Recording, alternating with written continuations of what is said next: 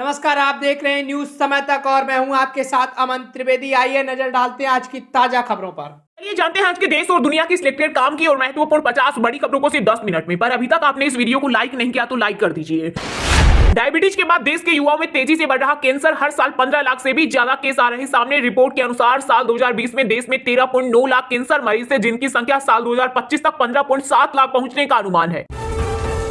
कांग्रेस अहंकार में डूबी हुई पार्टी। तमिलनाडु के मेट्टूपालम में पीएम मोदी बोले, ये लोग तो सनातन धर्म को समाप्त करने की दे रहे धमकी। साथ ही कहा, कांग्रेस ने इतने दशकों तक गरीबी हटाओ का नारा दिया लेकिन गरीबी नहीं हटी। ये एनडीए सरकार है जिसने 25 करोड़ लोगों को गरीबी से बाहर निकाला। 2026 तक एआई इंसानों से ज्यादा बुद्धिमान होगा। टेस्ला के सीईओ एलन मस्क ने एआई डेवलपमेंट में चिप की कमी और इलेक्ट्रिसिटी सप्लाई को बताया रुकावट।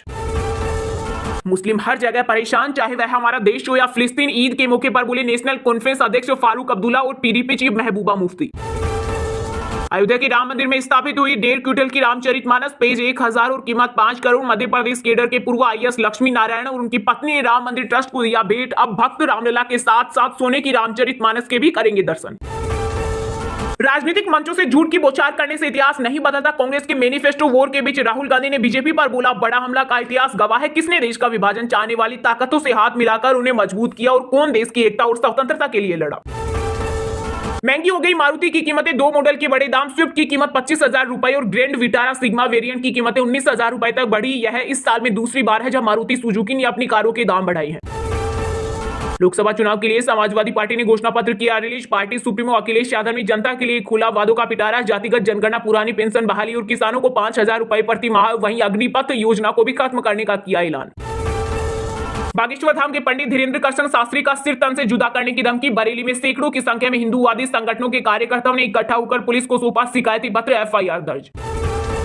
पतंजलि की भ्रामक विज्ञापन मामले में योग गुरु बाबा रामदेव और आचार्य बालकृष्ण का माफीनामा खारिज। सुप्रीम कोर्ट ने लगाई फटकार, कहा जानबूझकर हमारे आदेश की अवमानना की कार्रवाई के लिए रहे तैयार। एमपी महाराष्ट्र में आज होली का अलर्ट। यूपी, बिहार, छत्तीसगढ़ समेत देश भर के 12 राज्यों में 14 अप्रैल तक होगी बारिश। जम्मू हिमाचल में 2 दिन बाद बर्फबारी की संभावना, आईएमडी का अलर्ट। यूपी के सीएम योगी आदित्यनाथ ने कांग्रेसियों को बताया एक्सीडेंटल हिंदू। कहा इन्होंने रामकृष्ण के अस्तित्व पर सवाल उठाया था। आज अयोध्या में भव्य राम मंदिर का निर्माण हो चुका है। सिर्फ मंदिर ही नहीं बल्कि जब आप इस शहर का दौरा करेंगे तो आपको बदलाव नजर आएगा। राजस्थान के रण में आज उतरेंगे पीएम मोदी और राहुल गांधी। बीजेपी का मिशन 25 तो कांग्रेस रोकेगी हैट्रिक। प्रधानमंत्री आज करौली, धौलपुर और 12 अप्रैल को बाड़मेर, जैसलमेर सीटों को साधेंगे। वहीं राहुल अनूपगढ़ और फलोदी में चुनावी सभा को करेंगे संबोधित।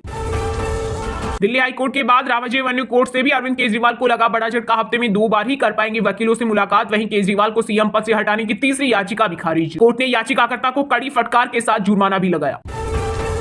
कांग्रेस सांसद प्रमोद तिवारी ने मुस्लिम लीग वाले बयान पर पीएम मोदी पर किया पलटवार। कहा जब बीजेपी चुनाव हारने लगती है तो उन्हें हिंदू और मुसलमान याद आने लगते हैं, लेकिन उन्हें इतिहास भी याद रखना चाहिए।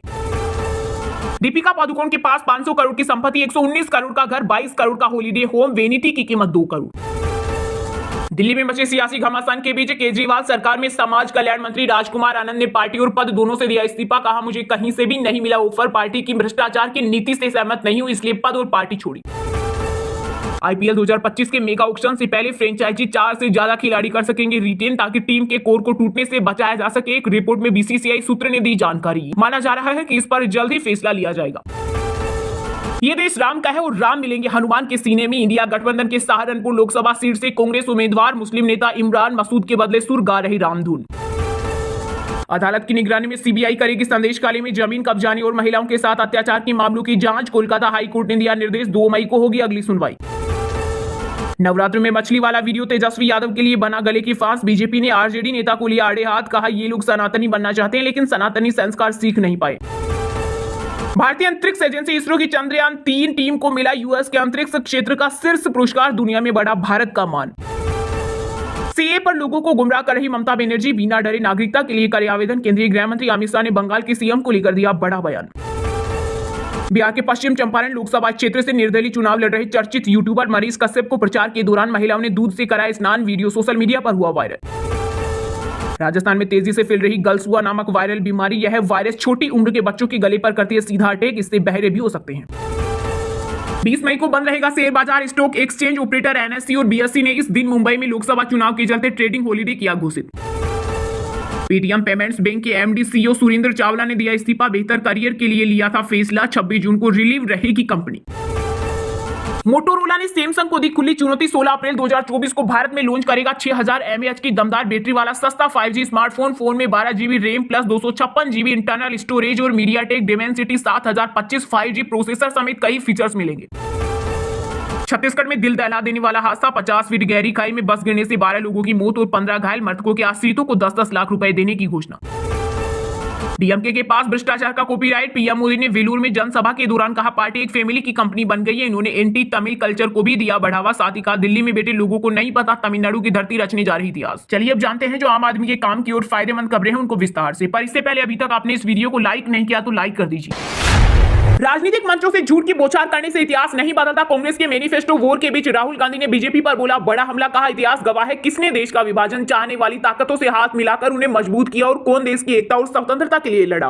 कांग्रेस पार्टी ने जब से अपना घोषणा पत्र निकाला है उसके बाद से ही बीजेपी उस पर हमलावर है। बीजेपी ने कांग्रेस के घोषणा पत्र को मुस्लिम लीग का मैनिफेस्टो बताया है। इस बीच राहुल गांधी ने बीजेपी और प्रधानमंत्री नरेंद्र मोदी पर पलटवार किया। इसके साथ ही कांग्रेस नेता ने अपनी प्रतिक्रिया में प्रधानमंत्री को आईना भी दिखाया। उन्होंने पूछा कि भारत जोड़ो आंदोलन के समय अंग्रेजों के साथ कौन खड़ा था। राहुल ने सोशल मीडिया साइट एक्स पर एक पोस्ट में लिखा, ये चुनाव दो विचारधाराओं की लड़ाई है। एक तरफ कांग्रेस है जिसने हमेशा भारत को जोड़ा और दूसरी तरफ वो है जिन्होंने हमेशा लोगों को बांटने की कोशिश की है। उन्होंने कहा, इतिहास गवाह है किसने देश का विभाजन चाहने वाली ताकतों से हाथ मिलाकर उन्हें मजबूत किया और कौन देश की एकता और स्वतंत्रता के लिए लड़ा। राहुल गांधी यही नहीं रुके, उन्होंने कहा कि झूठ बोलने से इतिहास नहीं बदलता। राहुल गांधी ने लिखा, कौन भारत छोड़ो आंदोलन के समय अंग्रेजों के साथ खड़ा था। जब भारत की जेलें कांग्रेसी नेताओं से भर गई थी तब कौन देश को बांटने वाली ताकतों के साथ राज्यों में सरकार चला रहा था। राजनीतिक मंचों से झूठ की बौछार करने से इतिहास नहीं बदलता। दरअसल बीते दिनों राजस्थान के अजमेर में एक रैली को संबोधित करते हुए पीएम मोदी ने कांग्रेस के घोषणा पत्र को झूठ का पुलिंदा बताया था और कहा कि उसके हर पन्ने से भारत के टुकड़े टुकड़े करने की बू आ रही है। उन्होंने कहा, आज कांग्रेस के पास न तो सिद्धांत और न ही नीतियां है। ऐसे लगता है जैसे कांग्रेस ने सब कुछ ठेके पर दे दिया है और पूरी पार्टी और आउटसोर्स कर दिया है। वही पीएम मोदी के इस बयान के खिलाफ हाल ही में कांग्रेस ने चुनाव आयोग के दफ्तर पहुंचकर अपना विरोध दर्ज कराया था। इसके साथ ही प्रधानमंत्री के इस बयान पर चुनाव आयोग से कार्रवाई की मांग भी की गई थी।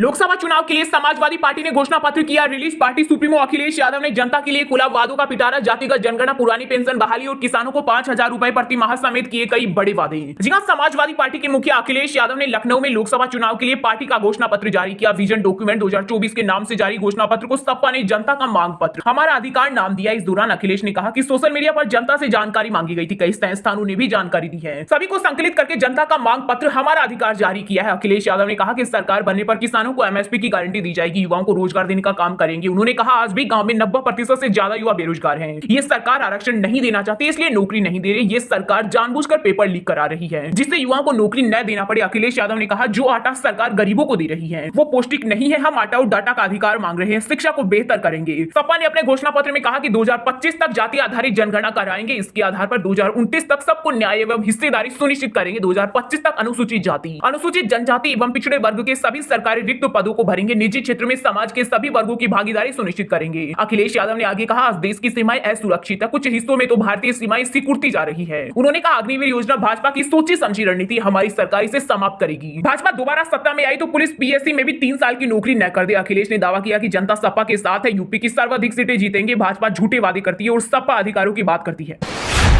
डीएमके के पास भ्रष्टाचार का कॉपीराइट। पीएम मोदी ने वेलूर में जनसभा के दौरान कहा, पार्टी एक फैमिली की कंपनी बन गई है। उन्होंने एंटी तमिल कल्चर को भी दिया बढ़ावा। साथ ही कहा, दिल्ली में बैठे लोगों को नहीं पता तमिलनाडु की धरती रचने जा रही है इतिहास। जी हां, लोकसभा चुनाव 2024 को लेकर प्रधानमंत्री नरेंद्र मोदी जमकर प्रचार कर रहे हैं। इसी क्रम में तमिलनाडु के वेलूर में उन्होंने एक रैली को संबोधित किया। इस दौरान प्रधानमंत्री ने कहा कि जो लोग दिल्ली में बैठे उन्हें नहीं पता कि वेलूर की धरती नया इतिहास बनाने जा रही है। उन्होंने कहा, बीजेपी और एनडीए को तमिलनाडु में अपार जन समर्थन मिल रहा है। पूरा तमिलनाडु कह रहा है एक बार फिर मोदी सरकार। पीएम ने डीएमके पर करारा हमला बोलते हुए कहा कि पूरी डीएमके एक फैमिली की कंपनी बनकर रह गई। डीएमके की फैमिली पॉलिटिक्स की वजह से तमिलनाडु के युवाओं को आगे बढ़ने का मौका नहीं मिल पा रहा। उसकी राजनीति का मुख्य आधार डिवाइड और डिवाइड है। प्रधानमंत्री ने कहा, यह पार्टी देश के लोगों को भाषा, धर्म और जाति के नाम पर लड़ाती है। पीएम ने आगे कहा, भारत के बारे में कहा जाता है कि भारत की इकोनॉमी कभी भी फेल हो सकती है, वहीं भारत आज दुनिया की एक ताकत बनकर उभर रहा है। उन्होंने कहा, हमें मिलकर विकसित तमिलनाडु और विकसित भारत बनाना होगा। पिछले 10 सालों में एनडीए की केंद्र सरकार ने विकसित भारत की नींव तैयार की है। पीएम ने कहा, 2014 से पहले भारत घोटालों के लिए प्रसिद्ध था और उसकी अर्थव्यवस्था एक जर्जर स्थिति के अलावा कुछ नहीं थी, लेकिन आज भारत एक वैश्विक शक्ति के रूप में उभर रहा है। और हाँ दोस्तों, आज की मुख्य समाचार बड़ी खबरें यही समाप्त होती है। आप हमें कमेंट करके बताना कि आपकी नजर में बीजेपी ने देश में कितना विकास किया है। और हाँ, वीडियो को लाइक जरूर करना और अपने दोस्तों के साथ व्हाट्सएप, फेसबुक पर शेयर कर देना और चैनल को सब्सक्राइब करके बेल आइकन को प्रेस कर लेना। मिलते हैं आपको कल देश दुनिया की बड़ी खबरों के साथ। बहुत बहुत